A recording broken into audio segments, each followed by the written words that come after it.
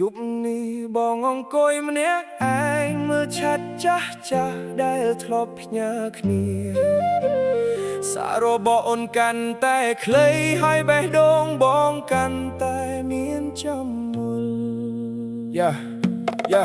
មួយរយៈនេះអូនប្លែកខ្លាំងណាស់ពីមនុស្សដែលធ្លាប់ខលមកប្រលយកឥឡូវសំបីតែរីប្លាយក៏យូរធ្វើឲ្យបងគិតច្រើនជាងមុនអូនថារវល់អូនថាហត់បងក៏ព្យាយាមយល់អូនគ្រប់យ៉ាងតែចិត្តបងនៅតែមានសំណួរដែលមិនហ៊ានសួរចេញពីមាត់មានគេប្រាប់បងថាអូនញឹមនៅក្បែររូបថ្មីម្នាក់រូបភាពដែលបងបានឃើញ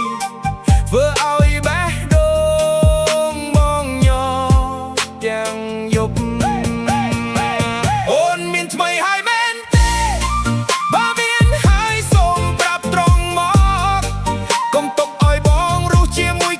សង្ស័យដែលសម្លាប់ចិត្តបងរាល់ថ្ងៃបងនៅតែស្មោះដូចថ្ងៃដំបូងនៅតែរក្សាពាក្យសន្យាក្នុងចិត្ត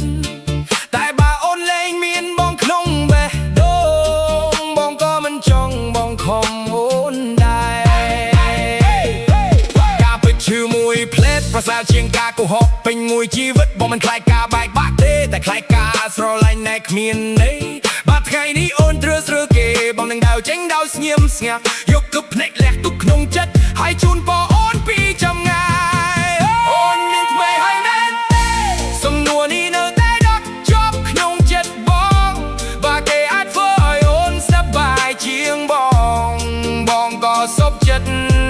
ដើរចេញ